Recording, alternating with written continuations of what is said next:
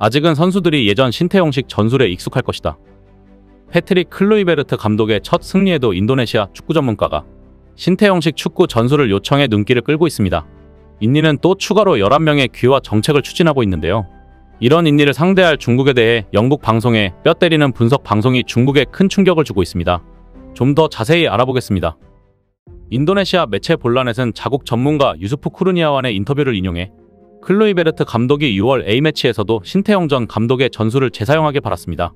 인도네시아는 3월 7일 두 차례 북중미 월드컵 아시아 지역 3차 예선 시조 일정에서 1승 1패를 기록하며 최종 결정전만을 남겨둔 상태입니다. 클루이베르트 감독이 지휘봉을 잡고 처음 치른 호주전에서 1대5로 크게 패하면서 인니 팬들에게서 탄식이 쏟아졌습니다. 상대적 열세에도 신태용식 전술을 버리고 호주와 맞불 작전을 펼쳤기 때문이었습니다. 결과는 역대급 5실점이라는 골폭풍을 맞으며 기대에 미치지 못했습니다. 네덜란드 출신의 코칭 스태프를 앞세워 슈퍼팀이라고 자부했지만 아시아 정상의 호주의 전력을 간과했습니다. 결과에 실망한 인도네시아 축구팬들은 신태용의 이름을 연호했습니다. 원정 응원을 마다하지 않는 열성 팬들은 신태용을 잊지 못했고 SNS에서도 클루이베르트 감독의 경질을 요구하는 해시태그가 판을 쳤습니다. 신태용 감독은 내처지고도 자카르타에서 야외 응원에 동참했습니다. 인도네시아를 향한 진정한 애정을 숨기지 않았습니다. 인도네시아의 실점이 많아지자 머리를 감싸쥐고 굳은 표정을 보여주며 답답해하기도 했습니다. 다시 신태용식 전술로 돌아간 인니는 다행히 클루이베르트 감독과 빠르게 승리를 맛봤습니다. 이어진 바레인과 홈경기에서 1대0으로 이겼습니다. 승점 9점을 만든 인도네시아는 일단 4위를 이어갔습니다. 바레인은 5위에서 반등하지 못했고 앞서 중국이 2위 호주에 0대2로 패하면서 골득실에서 밀려 꼴찌를 지켰습니다. 인도네시아는 이제 6월 중국과 맞대결을 응시하고 있습니다. 중국을 잡으면 4차 예선에 나설 수 있는 4위권을 수성할 수 있습니다. 하지만 만약 패하면 최종전이 부담스러운 일본입니다. 때문에 중국전에서 결정을 지어야 합니다. 마지막 궁지에 몰린 인니는 신태용 감독을 찾는 상황입니다. 현지 전문가는 중국전까지는 그동안 해왔던 리듬과 선수 구성을 유지해야 한다. 또 실험을 하고 싶은가? 호주, 바레인전에서 봤듯이 우리에게 더 유리한 접근 방식이 분명히 있다라고 클루이베르트 감독에게 힌트를 줬습니다. 전문가는 클루이베르트 감독은 호주전에서 오픈 게임을 펼쳤다가 실패했다. 사실 우리가 공격적으로 경기를 할 수 없다는 걸 현실과 타협했어야 한다며 바레인전은 수비에 더 많은 주의를 기울였고 승리로 이어졌다라고 바라봤습니다.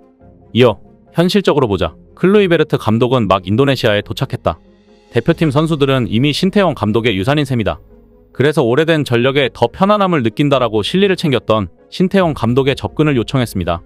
본란에 또 인도네시아는 신태용 감독의 전략 아래 시조에서 좋은 순위를 차지해왔다며 클루이베르트 감독은 자존심을 조금 내려놓을 필요가 있다. 현재 가진 선수들에게 적응해야 한다고 신태용식 전술 활용을 당부했습니다. 이런 가운데 인도네시아가 또 다시 대규모 귀화를 추진할 태세를 보이고 있습니다.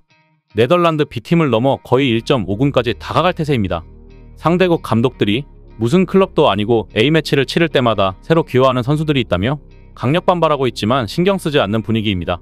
신태용 감독을 석연찮게 경질한 뒤 이중국적 선수들의 귀화에 더욱 속도를 붙이고 있습니다.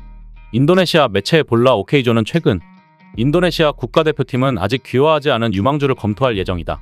PSSI 인도네시아 축구협회는 적극적으로 외국인 선수를 영입하고 있다. 데려오는 선수는 심지어 유럽 최고 무대에서 활약하고 있는 선수들이다라고 보도했습니다.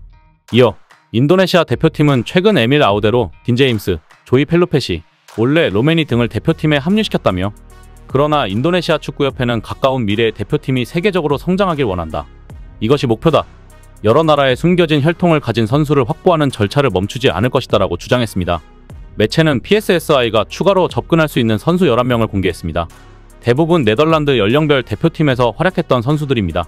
매체는 지난해에도 전 세계에서 활약하는 인도네시아 대표팀 합류 후보들을 10여 명 거론한 적이 있는데 이들 중 상당수가 실제 대표팀 유니폼을 입었습니다. 인도네시아 축구협회 의중을 잘 알고 있다는 뜻입니다. 이전에도 네덜란드 일부 리그 중심으로 서유럽 유명 리그에서 활약하는 선수들을 대거 2~3명씩 귀화시켰지만 앞으로는 더욱 어마어마한 선수들이 리스트에 오를 것으로 보입니다. 그중엔 축구 팬들의 익숙한 선수도 있었습니다. 잉글리시 프리미어리그 에스턴 빌라에서 뛰는 이안 마트센이 매체가 다시 한번 거론한 대표팀 합류 후보 선수입니다. 2002년 네덜란드 국적 수비수인 그는 주로 레프트백에서 뛰지만 윙어도 소화할 수 있습니다. 마트센은 지난해부터 네덜란드 대표팀에 뽑혔으나 A매치 출전 기록이 없었습니다.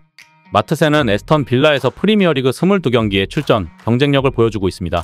그가 마음을 바꿔 인도네시아 대표팀에 합류하면 분명 손흥민 같은 훌륭한 전력이 될 전망입니다.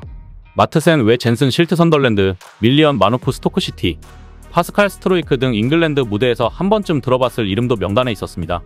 매체에 따르면 귀화 후보 명단 선수들의 시장 가치는 1조 3,800억 루피아, 약 1,300억 원에 달한다고 설명했습니다. 인도네시아 축구 팬들이 귀화 선수들 영입을 100% 찬성하는 것은 아니지만 그럼에도 큰 리그를 경험한 자원을 다수 보유한다는 것은 큰 장점이 될 것입니다. 인도네시아는 네덜란드 식민지였던 관계로 인해 네덜란드, 벨기에 이중 국적 혹은 인도네시아 혈통을 갖고 있는 선수들의 귀화는 계속 이어질 전망입니다. 3차 예선을 통해 본선에 오르지 못하더라도 오는 10월 6개국이 참가하는 4차 예선을 통해 2.5장의 월드컵 본선 티켓을 거머쥘 확률은 충분하기 때문입니다. 인도네시아가 귀화 선수를 추가로 영입해 월드컵 본선 진출이라는 기적을 달성할 수 있을지 관심이 쏠립니다. 인도네시아는 현재 피파 랭킹 127위인데 이 순위를 유지하면서 월드컵 본선에 오르게 되면 역대 가장 낮은 피파 랭킹으로 월드컵에 가는 국가로 세계 신기록을 이루는 셈입니다. 한편 영국 공영방송 BBC가 27일 축구대국이 되겠다던 중국의 꿈은 엉망이 됐다며 아시아에서도 약체인 만리장성을 집중 조명했습니다. 익명을 요구한 한 유럽인의 인터뷰를 실은 BBC는 중국 선수는 기술적으로 뛰어나지만 축구 IQ가 부족하다. 어린 시절 본능적으로 배우는 창의성이나 기본적인 판단력을 볼 수 없다고 냉정히 진단했습니다. BBC는 중국이 범정부 차원에서 지원을 아끼지 않은 분야 중 유일하게 축구만 실패했다고 바라봤습니다. 매체는 중국이 원가를 하기로 결심했을 때 실패하는 경우는 거의 없다며 전기차, 올림픽을 보라.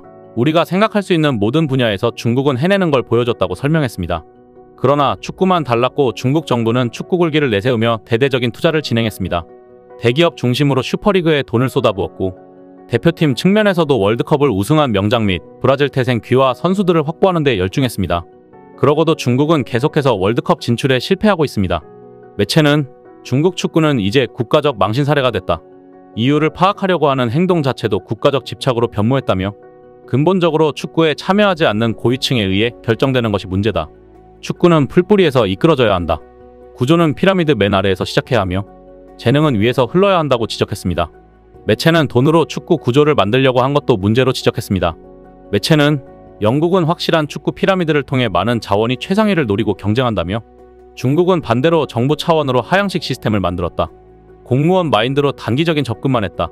빠른 해결을 위한 방식처럼 보이지만 실질적인 전진을 막는 행위였다고 꼬집었습니다. 결국 정치적으로 접근하다 보니 당연히 부패 문제가 터졌습니다. 중국은 2년여 전부터 축구계 부패 척결을 진행하고 있는데 전현직 중국축 구협회장과 국가대표 출신 감독, 구단 관계자, 선수 등 수십 명이 뇌물 및 도박, 승부 조작 등에 얽힌 걸 밝혀냈습니다. BBC는 중국의 정부 차원 수직적 투자는 수십 년 동안 올림픽에서 메달을 따내는 기계로 발전했다. 그러나 축구는 개인 종목과 달리 지자체 지원보다는 지역 사회가 주도하는 풀뿌리 문화가 더 중요하다고 결론지었습니다. 중국보단 낫지만 한국 축구도 선수는 물론 감독도 공정한 룰에서 능력을 인정받는 구조로 쇄신되어야 할 것입니다. 이상 시온TV였습니다.